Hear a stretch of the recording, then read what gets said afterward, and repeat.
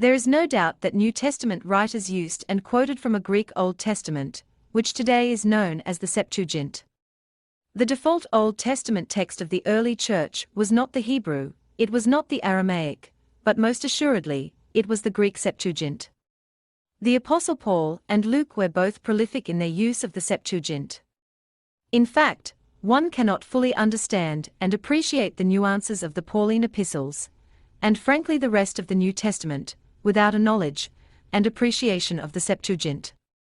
Therefore, our ministry encourages and facilitates a better understanding of the Septuagint, something that has been neglected for far too long in the Church.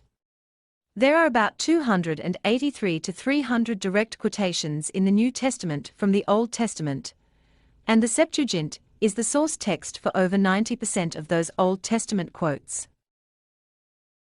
We are going to look at some examples of Septuagint quotes found in the New Testament, which are not found in the KJV Masoretnom Hebrew text.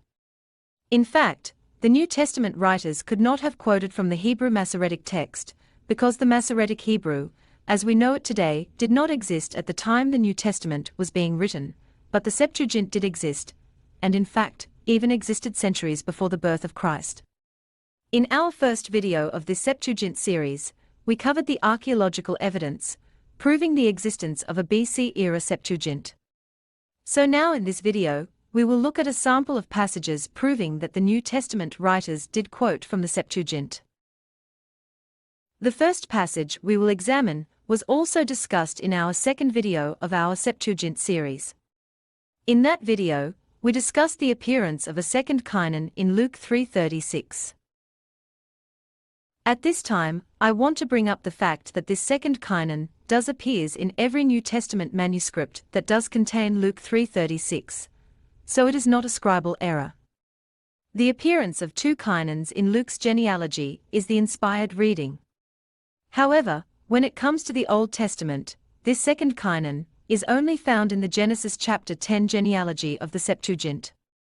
He is not found in the KJV Masoretic genealogy of Genesis 10, which is proof that Luke quoted from a Greek Septuagint text during his time, which contained a second kainon in Genesis chapter 10.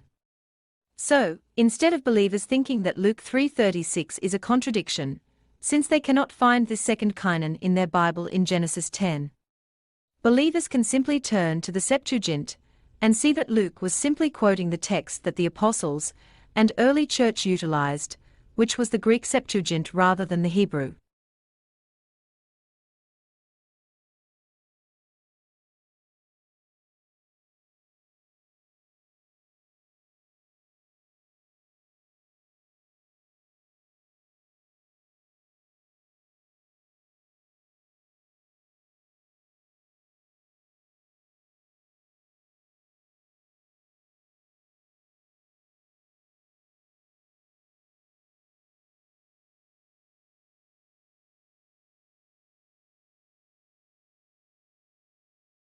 أخي يا مقيما شمالا جنوب تجوب الأخوة قلبي تجوب وتهتف بي نحو دار الخلود فدرب الأخوة خير الدروب